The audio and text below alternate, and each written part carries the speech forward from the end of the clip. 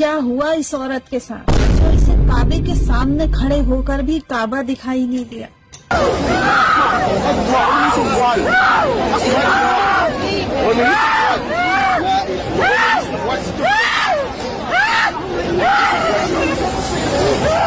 मक्का में उम्रा या हज करने आई एक खातून के साथ ऐसा क्या हुआ जिसे काबे के सामने खड़े होकर भी काबा दिखाई नहीं दिया। अस्सलाम वालेकुम वरहमतुल्लाहि वबरकातुहू। दोस्तों, मैं हूँ सलमा खान और ये क्या राज है, आज इस वीडियो के जरिए हम ये जानने की कोशिश करेंगे।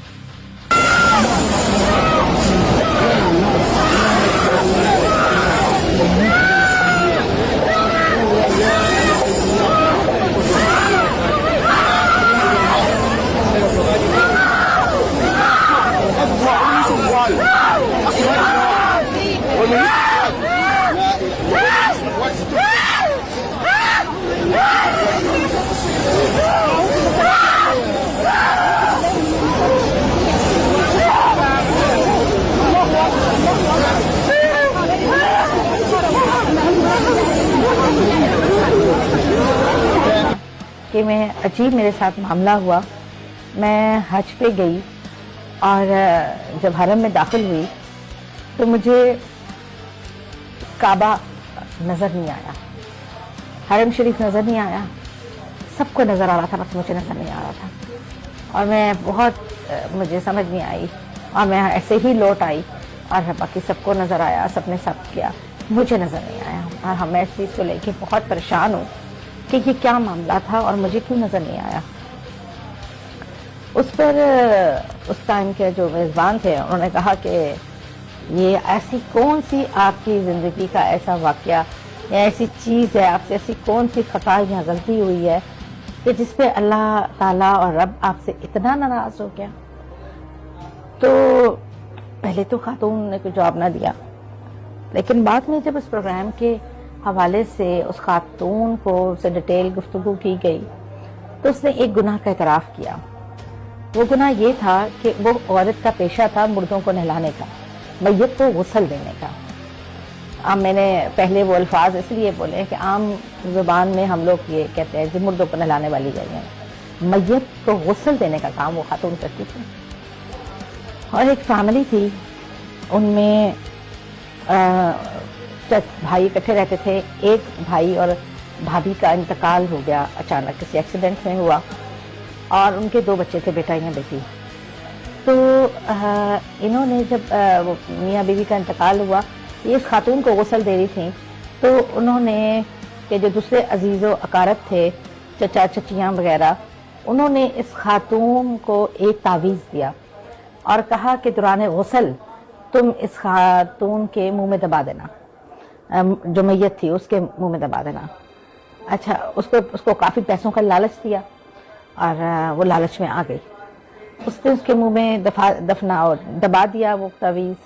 और उसको दफनाने के बाद कोई 15-20 दिन भी ना गुजरे थे कि वो जो बच्चे हैं उनमें से बेटे की इंतकाल हो गया और बेटी का इंतकाल हो गया। तो अब एक बेटा बच गया उनका। तो उन्होंने फिर एक तावीज़ दिया और कहा कि ये बच्ची के मुंह में दबा देना।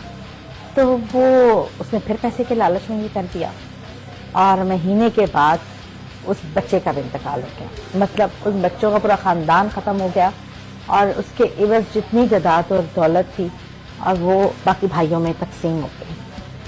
वो कहती है मुझे नहीं पता था ये तावीज़ किस लिए हैं, मैंने गुर्बत में हूँ, मैंने अपने बच्चों का सोच के ये तावीज़ रख दी है। लेकिन जब 1 महीने बाद बच्ची और उसके बाद बच्चा भी मर गया तो मुझे अंदाज़ा हो गया ये कोई तावीज़, ये काला इल्म था जिसकी बदौलत करने से वो बच्ची की भी जान गई और बाद में बच्चे की भी।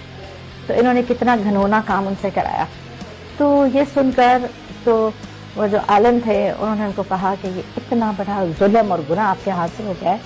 इवन उन्होंने उनके शोहर को भी कहा कि आप इनका से निकाह भी वाजिब नहीं रहता, आप इनको तलाक दे दें, क्योंकि ये तो अब सारी ज़िंदगी गिरे अल्लाह के हजूर इस चीज़ से। क्योंकि मैयत को नहलाना एक बहुत मुबारक और नेकी का काम है। اس میں ٹھیک ہے غریب لوگ ہوتے ہیں ان کو ہدیہ بھی چاہیے ہوتا ہے، میت کا احترام ملوز خاطر رکھنا، اس کا پردہ ملوز خاطر رکھنا، اس کو جو ہے عزت اور احترام کے ساتھ تیار کرنا، یہ ذمہ داری ہوتی ہے۔ اسی لیے ہمارے یہاں یہ کہا جاتا ہے، اسلام میں ایسا کوئی کنسیپٹ نہیں تھا کہ آپ باہر والوں سے میت کو نہلانے والوں کو اور والیوں کو بلائیں اور ان سے غسل دلائیں، جتنے اپنے لوگ پیارے اپنے اپنے ہاتھ سے اپنوں کو غسل دیں۔ توبہ توبہ توبہ، اللہ توبہ ہے۔ ایسا گناہ اللہ تعالیٰ کسی سے نہ کرائے اور اتنی بڑی سزا اللہ تعالیٰ کسی کو نہ دے کہ یہ خاتون کس طرح سے پیسہ اکٹھا کرتی ہے اور مکہ جانے کی تیاریاں کرتی ہے اور مکہ پہنچ بھی جاتی ہے، اور مکہ پہنچنے کے بعد کعبے کے سامنے کھڑے ہو کر اسے کعبہ دکھائی نہیں دیتا، اور سبھی لوگوں کو یہ جاننا ضروری ہے کہ اس کے ساتھ ایسا کیا ہوا۔ اور آپ لوگوں نے، مجھے امید ہے کہ آپ لوگوں نے یہ ویڈیو دیکھ کر بہت کچھ سیکھا ہوگا کہ جب ہمیں کوئی انسان پیسوں کے لالچ میں کوئی کام دیتا ہے، ہمیں نہیں، میں خود کو نہیں بولوں گی، میں ایسا نہیں کرتی ہوں، جب لوگوں کو کوئی پیسوں کے لالچ میں کام دیتا ہے، وہ انسان یہ نہیں سمجھتا کہ میں یہ جو کام کرنے جا رہا ہوں اس میں کسی کا نقصان ہو سکتا ہے، بہت ہی بڑا نقصان ہو سکتا ہے۔ وہ انسان پیسے کے لالچ میں آ کے اس کام کو انجام دے دیتا ہے، اپنا جو دماغ ہے نا، اپنی سوچ وہ آگے بڑھانے کی کوشش نہیں کرتا، جان بوجھ کر وہ یہ جاننے کی کوشش نہیں کرتا ہے کہ اس سے کیا کیا نقصان ہو سکتے ہیں۔ ہم جو یہ کام کرنے جا رہے ہیں، بس وہ شخص یہ کہہ دیتا ہے کہ ہمیں کیا مطلب اس بات سے، اور بہت سے لوگ کہہ دیتے ہیں، یہ بات آپ نے بھی سنی ہوگی، شاید آپ نے بھی کہی ہوگی، لیکن میں نہیں بولتی، میں بات کی جو بھی بات ہوتی ہے اس کی تہ تک جاتی ہوں، میں پوری تہ نکال کے اس کی پوری تحقیقات کر کے جب اس کام کو انجام دیتی ہوں۔ مجھے اگر یہاں کہیں زمین پہ پانی بھی پڑا دکھائی دے جائے نا، تو میں یہی اس کی تحقیقات کرتی پھروں گی، یہی جانچ کرتی پھروں گی کہ یہ آیا کہاں سے۔ اور بہت سے لوگ مجھے ٹوکتے ہیں اور یہ بولتے ہیں کہ کیا فالتو باتوں سے تمہیں کیا مطلب ہے، اور ہم یہ سوچ کے ان چیزوں کو اگنور کر دیں کہ دنیا میں سبھی کچھ ہوتا رہتا ہے، تو خالی بے وجہ کی ہم ٹینشن کیوں لیں اور کیوں ان بے وجہ کی فالتو باتوں میں پڑیں۔ لیکن یہ فالتو باتیں نہیں ہوتی ہیں، بہت سی چیزیں جو ہمارے سامنے ہو رہی ہوتی ہیں ان کی جانچ پڑتال کرنا، ان کی تحقیقات کرنا، ان کی سرچنگ کرنا ہمارے لیے بہت ضروری ہوتا ہے، تبھی ہمیں پتہ چلتا ہے کہ ہم کیا کام کرنے جا رہے ہیں،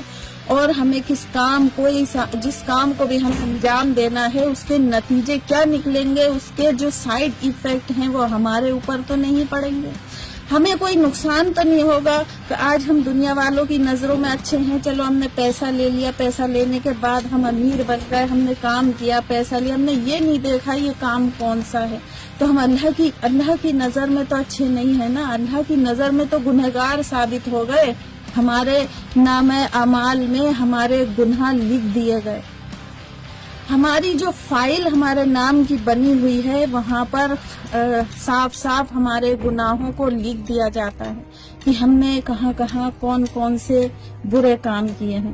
یہاں دنیا والے ہمیں نہیں دیکھ رہے ہیں، لیکن اللہ تعالیٰ سب کچھ دیکھتا ہے۔ وہ جو فرشتے اللہ تعالیٰ نے ہمارے اوپر مقرر کیے ہیں، فرشتے سبھی کچھ دیکھتے ہیں اور ساری معلومات اللہ تعالیٰ تک پہنچاتے ہیں۔ تو اس بہن نے جو ہے یہ جاننے کی کوشش ہی نہیں کی ہوگی کہ یہ جو تعویذ دیا جا رہا ہے یہ مردے کے اندر رکھنے کے لیے، تو اس کا جو ہے کیا کیا نقصانات ہو سکتے ہیں، اس سے اتنا تو وہ جانتی ہوگی، ننھی بچی نہیں ہے وہ، کہ یہ تو سمجھتی ہوگی کہ یہ گناہ ہے۔ مردے کے ساتھ کچھ بھی کرنا، جو عجیب حرکتیں ہوتی ہیں، جو جائز طریقے ہیں، ان کے علاوہ جو بھی کچھ ہم کرتے ہیں وہ ناجائز ہوتا ہے، گناہ ہوتا ہے۔ مردے کے ساتھ ہم کپڑے نہیں رکھتے، مردے کے ساتھ ہم زیورات نہیں رکھتے، مردے کو ہم کھانا نہیں دیتے، یہ سب ہمارے مذہب میں نہیں ہے۔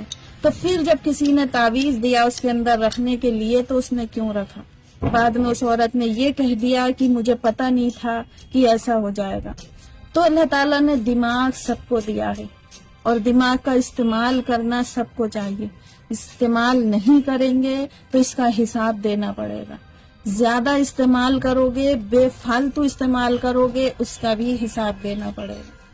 अल्लाह ताला ने हमें जो भी नियामत बख्शी है उसका हमें सही सही इस्तेमाल करना चाहिए। और इस वीडियो से हमें ये मालूम हुआ और आप लोगों को ये जानना चाहिए और आप लोगों को इस बात को याद रखना चाहिए कि कोई भी काम आप करें तो उसके नतीजे पहले सोच लें, इसके नतीजे क्या क्या हो सकते हैं। इससे हमारे ऊपर कोई गुनाह तो नहीं हो सकता, अल्लाह ताला नाराज तो नहीं हो सकता। अल्लाह इतना उससे नाराज हुआ कि उसको काबे के सामने खड़े होकर के काबा नहीं दिखाया और वो रो रही थी, चीख रही थी, चिल्ला रही थी। और अगर वो अल्लाह ताला ऐसा नहीं करता तो उसके गुनाह जो है हम लोगों के सामने साबित नहीं होते, हमारे सामने नहीं आते, हमें पता नहीं चलता कि उस औरत ने क्या गुनाह किया है। और वो गुनाह अपने सीने में दबाए हुए अल्लाह के सामने तो हाजिर हो जाती, लेकिन हमारे सामने जो है वो हज करने गई थी ना, हज्जनी कहलाती, हम लोग उसको अच्छा ही समझते। तो जिस तरह से सबके सामने हम गुनाह करते हैं ना, सबके सामने उसकी तलाफी भी करनी चाहिए और अल्लाह ताला ने कराई। हो सकता है अल्लाह ताला को वो प्यारी थी, इसलिए उसके गुनाहों को अल्लाह ताला ने धुलवाया है, धोया है और उसको साफ सुथरा बनाया।